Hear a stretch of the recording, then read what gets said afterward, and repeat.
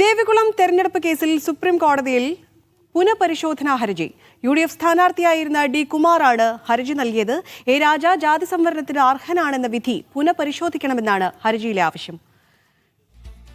തൗഫീഖ് അസ്ലമുണ്ട് വാർത്തയുടെ വിശദാംശങ്ങൾ നൽകാൻ. തൗഫീഖ്, അന്ന് ഹൈക്കോടതി വിധിയെ തള്ളിക്കൊണ്ടായിരുന്നു സുപ്രീം കോടതി എ. രാജയ്ക്ക് ആശ്വാസകരമായ വിധി പുറപ്പെടുവിച്ചിരിക്കുന്നത്. ഇപ്പോൾ എന്താണ് പുനഃപരിശോധനാ ഹർജിയിലെ ആവശ്യങ്ങൾ?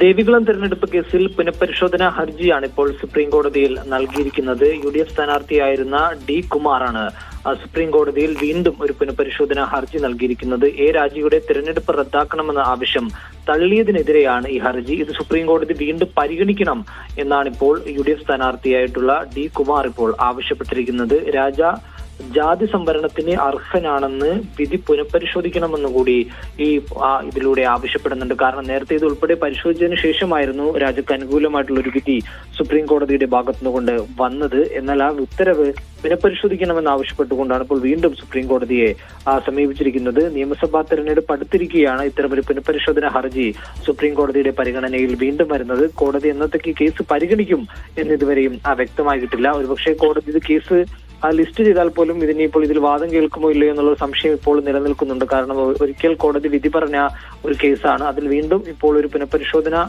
ഇതേ കാരണങ്ങൾ, പഴയ കാരണങ്ങൾ തന്നെ ചൂണ്ടിക്കാട്ടിക്കൊണ്ടാണ് വീണ്ടും ഒരു പുനഃപരിശോധന ഹർജിയുമായിട്ട് ഇപ്പോൾ എത്തിയിരിക്കുന്നത്. അതുകൊണ്ട് എന്ത് നിലപാട് കോടതിയിൽ ഇത് എടുക്കും എന്നത് ഇനിയിപ്പോൾ നിർണായകമായിരിക്കും. എപ്പോൾ കേസ് പരിഗണിക്കുമെന്ന് അടുത്ത ദിവസം അറിയാൻ സാധിക്കും. ശരി, തൗഫീഖ് അസ്ലമാണ് വാർത്തയുടെ വിശദാംശങ്ങൾ നൽകിയത്.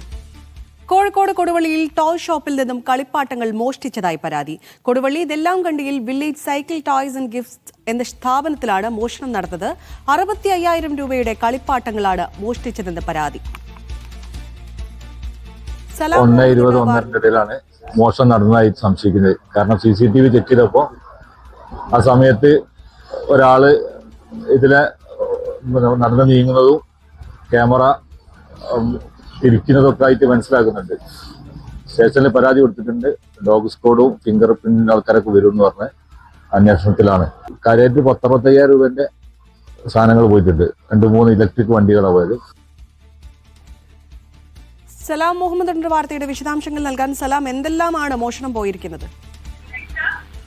3 ഇലക്ട്രിക് കാറുകൾ ഉൾപ്പെടെയുള്ള ടോയ്സ് ആണ് മോഷണം പോയിട്ടുള്ളത്. ഏകദേശം 65,000 രൂപയുടെ കളിപ്പാട്ടങ്ങൾ മോഷണം പോയതായിട്ടാണ് കടയുടമ ഷംസുദ്ദീൻ പറയുന്നത്. കടയുടമ രാവിലെ 6 മണിയോടെ കട തുറക്കുന്നതിന് വേണ്ടി എത്തിയതായിരുന്നു. ആ സമയത്താണ് ഈ ഷോറൂമിന്റെ ഗ്രില്ലടക്കം തകർത്തതായി ശ്രദ്ധയിൽപ്പെട്ടത്. അതേ തുടർന്ന് നടത്തിയ പരിശോധനയിലാണ് CCTV ഒരു 1:20, 1:30 ആ സമയത്ത് പുലർച്ചെ ഈ സമയത്ത് CCTV തിരിച്ചു വെച്ച് ആ രീതിയിലൊരു മോഷണ ശ്രമം നടന്നതായി ഇയാളുടെ ശ്രദ്ധയിൽപ്പെട്ടത്. അങ്ങനെയാണ് പോലീസിനെ വിവരം അറിയിക്കുന്നത്. ഏതായാലും പരിശോധനയിൽ 3 ഇലക്ട്രിക് കാറുകൾ ഉൾപ്പെടെയുള്ള കളിപ്പാട്ടങ്ങൾ മോഷണം പോയതായിട്ടാണ് പറയുന്നത്. ഏതായാലും ഈ കൊടുവള്ളി പോലീസ് സംഭവത്തിൽ കേസെടുത്ത് അന്വേഷണം ആരംഭിച്ചിട്ടുണ്ട്.